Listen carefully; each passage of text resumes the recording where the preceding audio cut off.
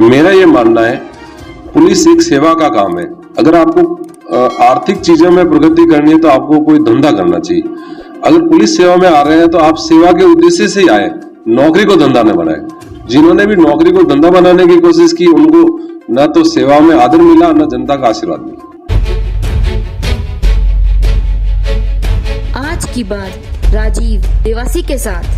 राजीव देवासी और मैंने वादा किया था एक और नई मशहूर हस्ती के साथ में वापस में आऊंगा। आज मैं हूं बाड़मेर में यहाँ पर पुलिस लाइन में हम लोग हैं और यहाँ पर एडिशनल एसपी श्रीमान हमारे बीच में मौजूद है नरपत सिंह जी जैतावत साहब, जो पाली जिले से बिलोंग करते हैं।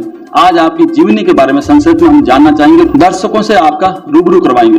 सोशल मीडिया पर आपका बहुत बहुत धन्यवाद है, जो आप एक बहुत ही अच्छा एक कार्य कर रहे हैं पुलिस में, और आप एक आध्यात्मिक नेचर के भी आप हैं। और आप मूलतः कहाँ से आपका विराजना है?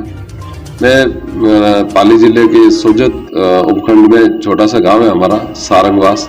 ये अरावली पर्वत की हमारी फुट हिल्स में हमारा गांव आता है और वो वहाँ से सारी जो छोटी मोटी जो अरावली श्रृंखला की नदियाँ निकलती है, तो वहाँ से मैं आता हूँ। जैसा आप सबको विदित है, मैं एक ग्रामीण पृष्ठभूमि से आता हूँ, तो बचपन की जो शिक्षा दीक्षा जैसे सामान्य सभी बच्चों की होती है, हमारी भी जो शिक्षा दीक्षा है वो गांव में हुई थी, 8वीं तक की क्लास।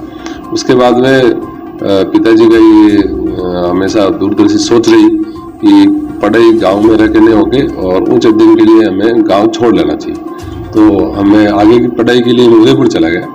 उदयपुर में हमने स्कूलिंग की और स्कूलिंग के बाद में हमने कॉलेज वहीं से किया। मैंने बीएससी साइंस में किया, बायोलॉजी में। और उसके बाद में जैसा कि गांव के सारे बच्चों का एक ख्वाब होता है कि एक बार कोई रोजगार का कुछ साधन ले ले, तो उसके बाद मैंने बीएड कर लिया था 92 में। बीएड करने के बाद में मेरी सर्विस जॉब भी लग गई थी टीचर के रूप में, लेकिन उस समय जॉब जल्दी लग गई थी, तो मैंने सोचा पहले एमएससी कर लिया जाए। तो फिर मैंने एमएससी किया। एमएससी करने के बाद में फिर वही टीचर की जॉब हमें वापस मिल गई, वो हमारे पाली जिले में मिल गई। बिल्कुल बिल्कुल। साइंस के आप स्टूडेंट हैं, क्या आप गेम में भी आप लोग रुचि लेते थे? हाँ, मैं अपने स्टूडेंट लाइफ में, विद्यालय जीवन में बास्केटबॉल खेला करता था। स्कूल की टीम में भी था और कॉलेज की टीम में बास्केटबॉल शुरू से मैं इसका शौकीन रहा। और छात्र यूनियन में मैं मेरे विद्यालय में छात्र संघ में भी मैं पदाधिकारी था। बिल्कुल बिल्कुल बिल्कुल। आप जो हैं स्टूडेंट यूनियन में भी आप रह चुके हैं। जानना चाहेंगे पुलिस की जो आपकी शुरुआत कहाँ से और कैसे? पुलिस में एक तरह से जब हमने हमारा posting as a secondary teacher हो गई राजकीय उच्च माध्यमिक विद्यालय पाली में, तो हम दिन में बच्चों को पढ़ाते थे और शाम को हमारा एक फ्रेंड सर्कल बन गया, तो हम खुद भी पढ़ते थे।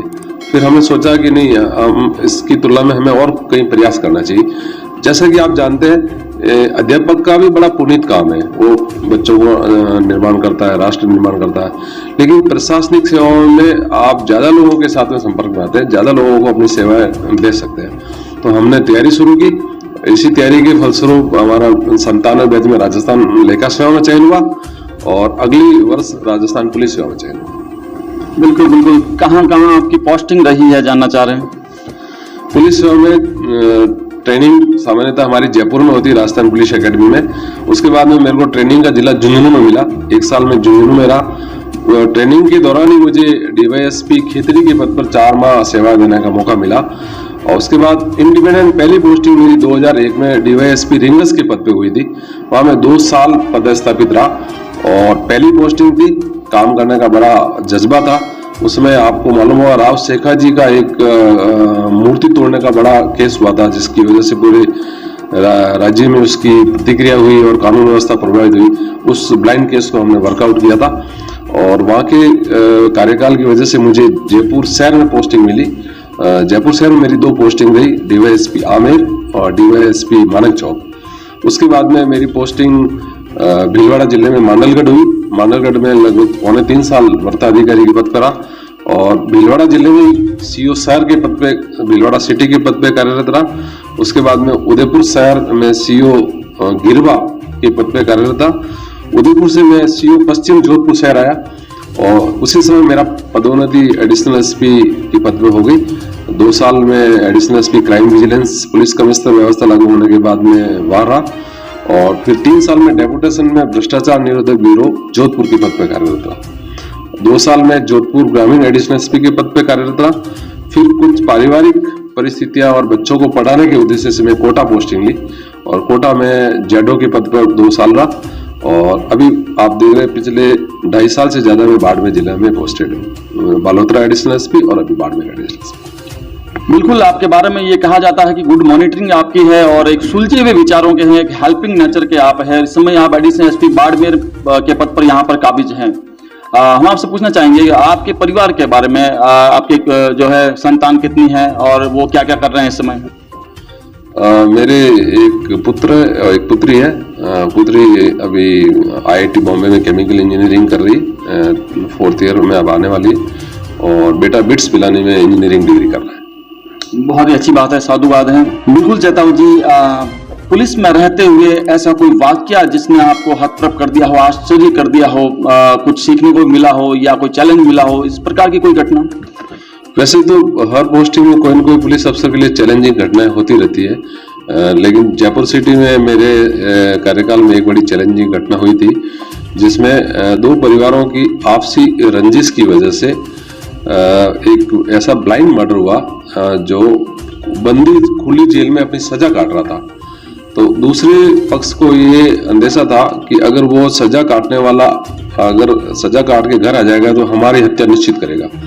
तो उन्होंने एक प्लानिंग के तहत एक लड़की को तैयार करके और उस खुली जेल में रहने वाले बंदी के सामान्यतः वो दिन में काम करने बाहर जाते हैं, तो जब वो बाहर आया तो एक लड़की को उन्होंने यूज किया और लड़की MBBS डॉक्टर की तरह यूज हुई। उसको फिल्मी स्टाइल में यूज करके उसको पहले प्रेम प्रसंग के तहत उस खुली बंदी से उनका संपर्क रहा और फिर उसका गला घोट के मर्डर कर दिया। तो वो केस बड़ा एक तरह से थ्रिल केस था, वो केस हमने वर्कआउट किया।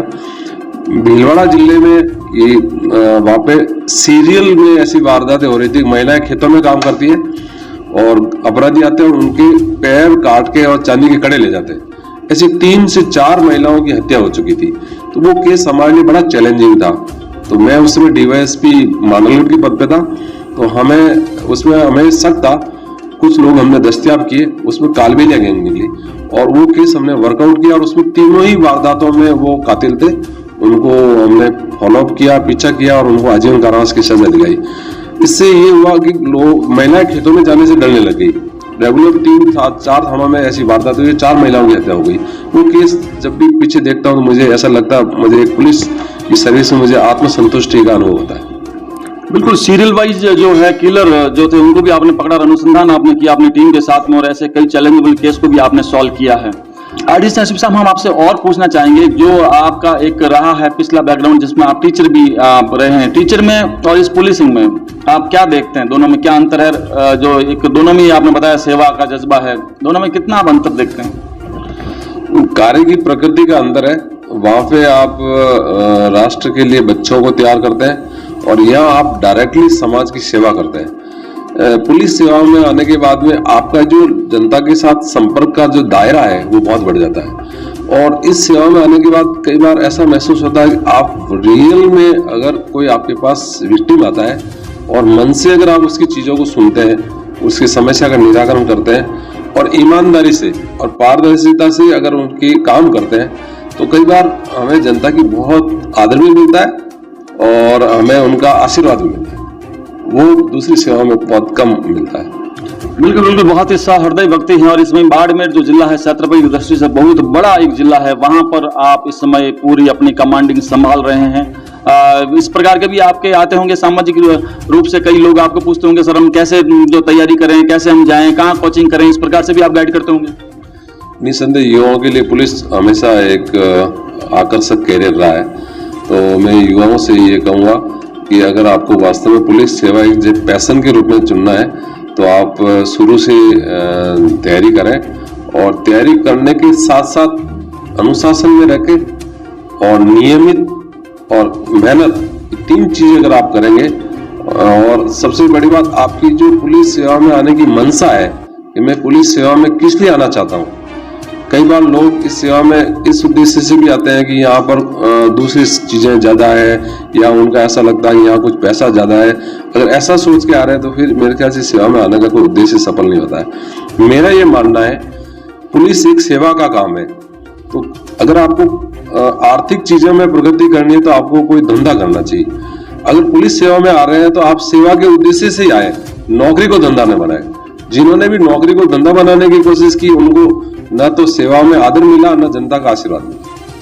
एक बहुत बड़ी बात कही है, यूनिक बात कही है, जो ईश्वर का जो न्याय होता है वो बात आपने कह दी कि ईश्वर सब कुछ देखता है और आप इस प्रकार से ही जो है पुलिस की नौकरी में आए। और हम ईश्वर से प्रार्थना करते हैं कि आप इसी प्रकार से अपनी सेवा निरंतर प्रदान करते रहें। न रहिए मेरे साथ, जिस प्रकार से मैंने वादा किया था एक नई हस्ती को मैं लेकर के आऊंगा, मैं वापस एक नई हस्ती के साथ में आऊंगा। आप मिस्टर नरपत सिंह जी जैतावत, जो पाली जिले के रहने वाले हैं और बहुत ही मुस्कुराहट अपनी जो है सदा आप रखने वाले, बिखेरने वाले और सहृदय व्यक्ति है।